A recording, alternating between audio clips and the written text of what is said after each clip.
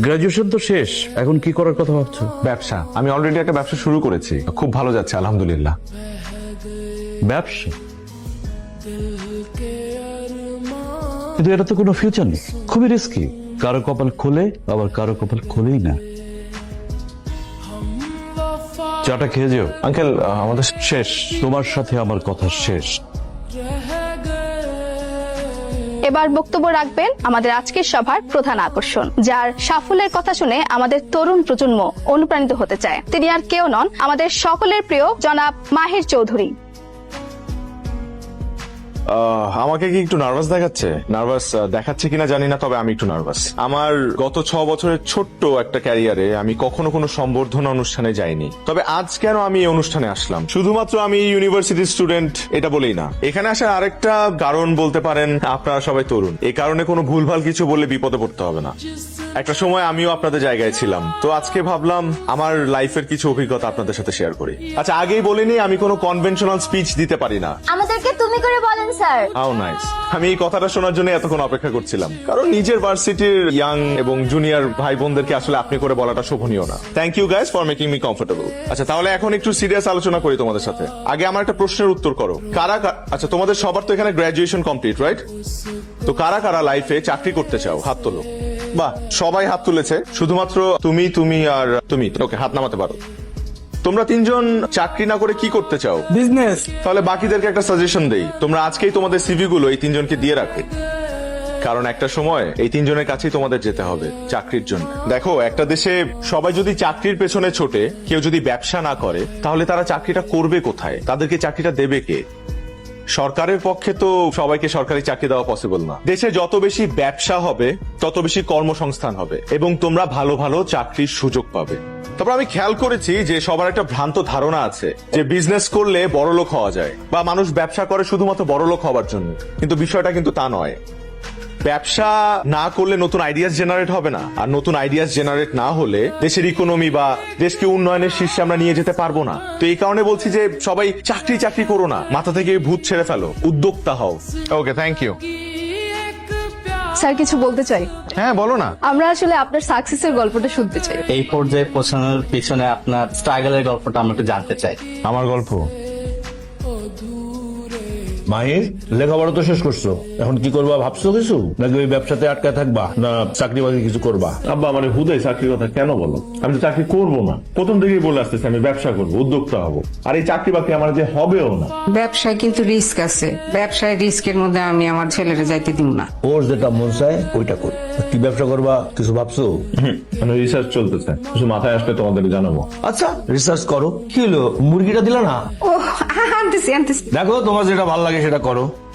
শোনো, আমার কাছে কিন্তু সেভিংস 12 লাখ টাকা আছে, এর বেশি পুঁজি কিন্তু আমি দিতে পারবো না। এটা তোমার জন্য রাখা, তোমার মা কিন্তু জানে না। হ্যাঁ, রিসার্চ করো। কি ব্যাপার, কি কইতেছিলা তোমরা? না, কিছু না, কইতেছিলাম যে ব্যবসা তো রিস্ক, তাই না? তুমি তো আবার পছন্দ করো না, ঠিক কইতেছিলাম। হ্যাঁ ঠিকই, আমি কিন্তু চাই না যে ও আমার পোলা ব্যবসা করুক। খুব টেনশন আছে রে। কেন? ওদিন একটা কোম্পানিতে পরীক্ষা দিচ্ছিলাম না, কালকে ওইটা ফাইনাল ইন্টারভিউর জন্য ডাকছে। কারা ডাকছে তোরে? হ্যাঁ।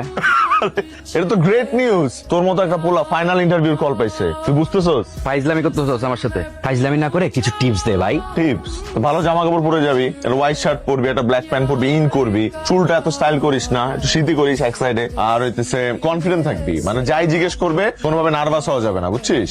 আর সব থেকে ইম্পর্টেন্ট যেটা হচ্ছে, কিছু কমন কোয়েশ্চেন আছে, ওগুলোর আনকমন উত্তর দিবি। আনকমন উত্তর কিরকম বল না আমাকে। এগুলো তো বলা যাবে না, এগুলো তো বলতে গেলে খাওয়াইতে হবে। আচ্ছা, আমি পরে খাওয়াবো, বল। ধর, ইন্টারভিউ বোর্ডে একটা লোক তোরে তার ঘড়িটা খুলে দিয়ে বললো মেজাজ খারাপ। বাবা আমার বিয়ে নিয়ে খেপছে। Wow, congratulations. আচ্ছা আচ্ছা, রাগ করতেছো কেন? ফাইজলামি করছি একটু। সবসময় না শুধু ফাইজলামি ভাল লাগে না, বি সিরিয়াস। আচ্ছা ঠিক আছে, সিরিয়াস বলো, কি হয়েছে? বললামই তো। ও হ্যাঁ, বিয়ে নিয়ে খেপছে। কেন খেপছে? আচ্ছা, কি করতে হবে আমাকে সেটা বলো। তুমি জানো না কি করতে হবে, আর তুমি করবাই বাকি। মানুষ বিজনেসের সব প্ল্যানিং না গ্রাজুয়েশনের আগে করে। আর আমি তোমাকে বলছি না, বাবা চাকরিজীবী ছেলে ছাড়া কিচ্ছু বুঝে না। ধরনের ব্যাকডেটেড কথা কি করে বলে লোকটা? কারণ এই লোকটা জানে বিজনেসে অনেক রিস্ক থাকে। কোন বাবা তার মেয়েকে একটা রিস্কের প্রফেশন জামার হাতে তুলে দিবে? তুমি আমাকে বলো। আমি আমি আমি আমি যদি বাবা হইতাম, আমি আমার নিজের মেয়েকে একজন ব্যবসায়ীর হাতে তুলে দিতাম। এটার উপর রাগ ঝাড়তেছো কেন? তোমাকে এভাবে ছুঁড়ে ফেলতে পারবো না, দেখো দেখো, তুমি বোতলটা ছুঁড়ে ফেললা আর কোত্থেকে একটা টোকায় এসে উঠায় নিয়ে গেল। কারণ এটাই ওদের কাজ। না, আমি খেয়াল করে দেখছি রাস্তায় কোনো একটা পেট বোতল ফেললেই কোনো একটা টোকায় হুট করে কোত্থেকে যা আসে এসে নিয়ে যায় এটা। তো দেখো দেখো দেখো, দেখছো দেখছো দেখছো দেখছো? হ্যাঁ দেখছি, এটাতে এত এক্সাইটেড হওয়ার কি আছে? এরপর এগুলাকে নিয়ে তারা ভাঙ্গারি দোকানে বেচে দিবে, সিম্পল। ব্যাপারটা আমার একটু ভেতরে ঢুকে দেখতে হবে। ওয়েট আ সেকেন্ড, তুমি কি এখন ভাঙ্গারি বিজনেস শুরু করতে চাচ্ছ?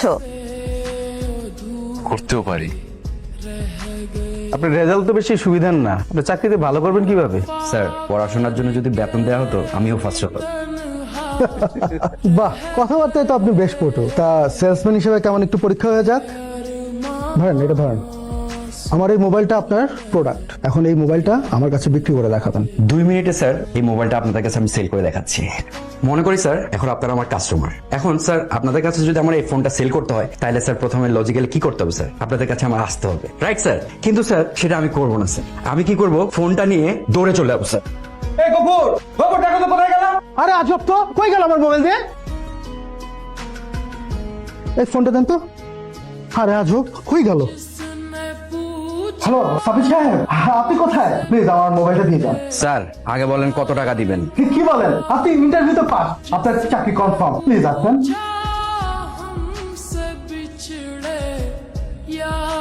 মাহির কি করতেছো তুমি? মাহির বসো। মাহির আমি বসতে বলছি, বসো মাহির। কি চলতেছে তোমার মাথায়? এই বিজনেসের সাপ্লাই চেনটা খোঁজার চেষ্টা করতেছি, মানে কোত্থেকে কি কেমনে কি। আই, ভাঙ্গারির দোকানে কিসের বিজনেস খুঁজো তুমি? যেখানে দেখিবে ছাই উড়াইয়া দেখো তাই, পাইলেও পাইতে পারো অমূল্য রতন, এটাই খোঁজার চেষ্টা করছি। তোমার মাথা গেছে। এই মাথায় একটা বুদ্ধি আসছে। মামা তুমি এখানে থাকো, আমরা আসতেছি, চলো আসো। কোথায় যাবো? আসো গিয়ে দেখি। আরে এত দূর আসলাম, ভেতরের কাহিনীটা জানতে হবে না, ওরা কেমনে বিজনেসটা করে। তুমি গিয়ে দেখো। মামা আপনি টান দেন তো। বিজনেস প্ল্যানটা না জানলে আমি স্টার্ট করব কিভাবে? তুমি দেখো, তোমার সব বিজনেসের মধ্যে আমি নেই। মামা আপনাকে টান দিতে বললাম না, টান দেন। আরে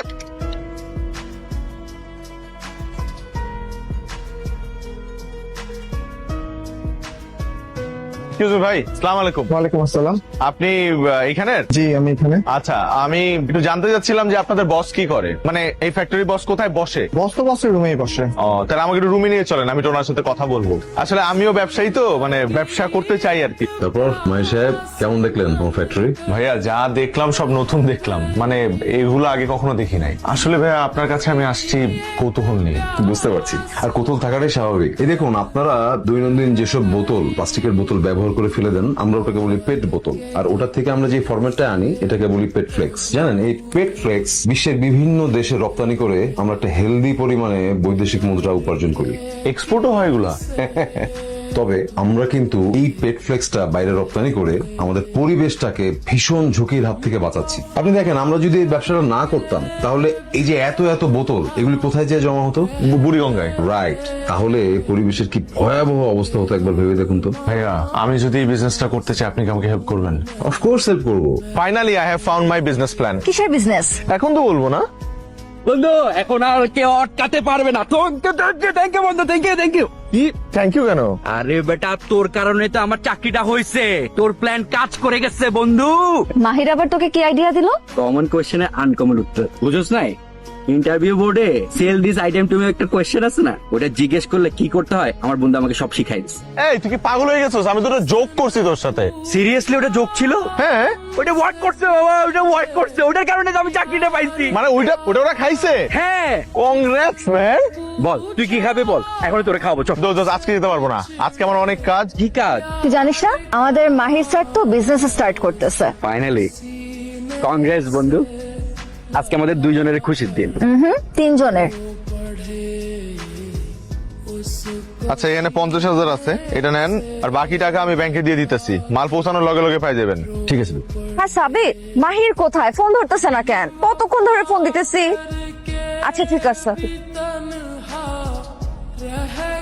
হ্যালো মাহির কি ব্যাপার, ফোন ধরতেছো না কেন? আরে আমি তো কাজের মধ্যে ব্যস্ত, একটা নতুন ব্যবসা শুরু করলে কত ঝামেলা, তুমি তো বুঝবা না। এখন পর্যন্ত জানলামই না কিসের বিজনেস করতেছো। শোনো, আর একটা সপ্তাহ অপেক্ষা করো, উদ্বোধনের দিন তোমার নিয়ে এসে একবারে সারপ্রাইজ দিব। ঠিক আছে রাখি তাহলে, আমি ওই ট্রেড লাইসেন্স করতে যাবো একটু পর।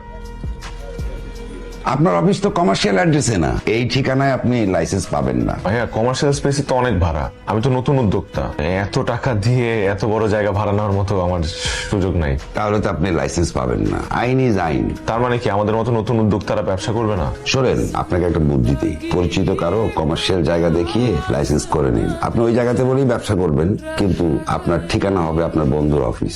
প্রথমে 2 নম্বরই দিয়ে শুরু করতে হবে ভাই। আর অনেকেই তো তাই করছে। আইন তো মেনে চলতে হবে নাকি? এক আইন মানতে গিয়ে আমার আরেকটা বেআইনি কাজ করতে হবে, মানে ভুয়া অ্যাড্রেস দিব আমি। ফ্রিতে বুদ্ধি দিলাম, পছন্দ হলে নেন, নাহলে যান। তুমি কোনো চিন্তাই করো না, তোমার লোন হয়ে যাবো। যেখানে আমি আছি 100% লোন হয়ে যাবো, খালি একটু সিস্টেম হইতে আগে বাড়লেই হয়ে যাবে। কি মানে ওই সিস্টেম মতো আগে বাড়লেই তোমার লোনটা হয়ে যাবে।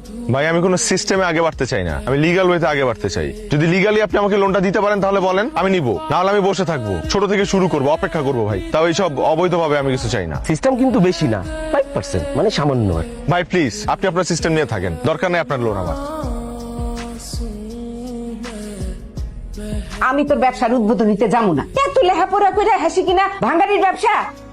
দাঁড়িয়ে রইলি কেন, শুরু কর। বাবা আমার 2 মিনিট সময় দাও, একজনের আসার কথা। আচ্ছা তাড়াতাড়ি তাড়াতাড়ি।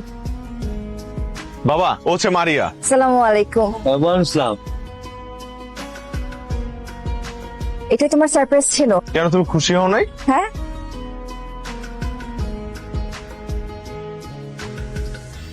কখন আসছো তুমি? আমি কি বেশি লেট করে ফেললাম? আধা ঘন্টা লেট হয়েছে। তুমি এত দেরি করলা কেন? বলতেছি, তার আগে একটা গুড নিউজ আছে, ওটা বলি। চায়নায় আমার প্রথম শিপমেন্টের কন্ট্রাক্ট সাইন হয়েছে, আগামী সপ্তাহে এলসি পাচ্ছি। চাইনিজরা আবার ভাঙাড়ি কিনে কি করবে? আচ্ছা শোনো, বাবা তোমাকে বলছে দেখা করতে। আমি বাবাকে তোমার কথা বলছি, বাবা তাই বলছে তোমাকে দেখা করতে। কিন্তু এভাবে হুট করে, আমি তো এখনো রেডি না। তো রেডি হও, আমি কি তোমাকে এখনই দেখা করতে বলছি নাকি? প্রতি সপ্তাহে বিয়ের সম্বন্ধ আসে, আমি আর কত মানা করব বলো? তাই আমি বাধ্য হয়ে তোমার কথা বাবাকে বলে দিচ্ছি। তুমি প্লিজ বাবার সাথে দেখা করে কথা বলো, প্লিজ। আচ্ছা তুমি তো বাড়িয়ার সাথে একসাথে পড়তে, তাই না? জি। বাসা কোথায়? ব্রাহ্মণবাড়িয়া। তোমার পরিবারে আর কে কে আছে? বাবা মা আছে। তার মানে তুমি একমাত্র সন্তান? জি। গ্রাজুয়েশন তো শেষ, এখন কি করার কথা ভাবছো? ব্যবসা, আমি অলরেডি একটা ব্যবসা শুরু করেছি, খুব ভালো যাচ্ছে আলহামদুলিল্লাহ। ব্যবসা? কিন্তু এটা তো কোনো ফিউচার নেই, খুবই রিস্কি। কারো কপাল খোলে, আবার কারো কপাল খোলেই না। এনিওয়ে, কি ব্যবসা করার কথা ভাবছো? পেটফ্লেক্স এক্সপোর্টের বিজনেস। পেটফ্লেক্স মানে হচ্ছে, জানি পেটফ্লেক্স কি জিনিস আমি জানি। চাটা খেয়ে যেও। আঙ্কেল আমাদের শেষ, তোমার সাথে আমার কথা শেষ।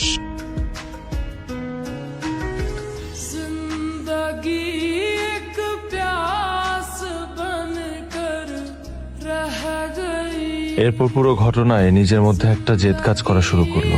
স্বপ্ন ছুঁতে গিয়ে ভালোবাসার হাত ছেড়ে দিতে হয়েছে। বিষয়টা মেনে নিতে অনেক সময় লেগেছে আমার। আর এরপরের কাহিনী তো সবারই জানা। আজকে আমি মাহির গ্রুপ অফ ইন্ডাস্ট্রিজ এর মালিক। জি বলেন। স্যার আমাদের একটা ভুল হয়েছে।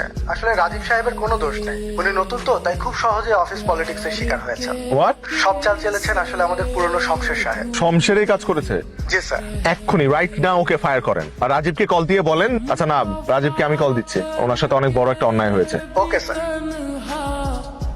হ্যালো রাজীব, আমি আপনার বস বলছি। দেখো আমি আসলে জানতাম না যে রাজীব। বলতে হবে না, আমি জানতাম। তুমি জানতে? নিজের স্বামীর বসের নাম জানবো না?